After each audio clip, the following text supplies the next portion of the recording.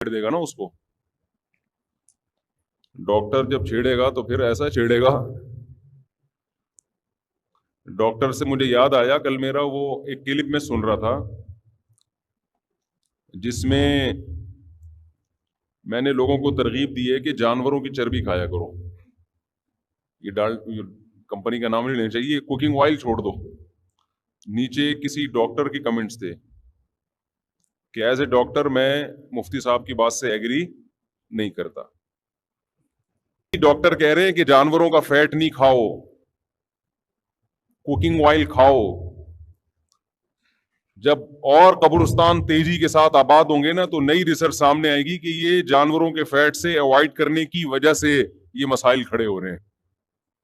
मैं बार बार कहता हूं, दुम्बे के पीछे जो अल्लाह ने देसी घी का डब्बा लगा दिया है ना, इतना बड़ा चक्की, वो मेरे और आपके लिए लगाया है कि खाओ इसको। इसलिए नहीं लगाया कि इसको उठा के फेंक दो।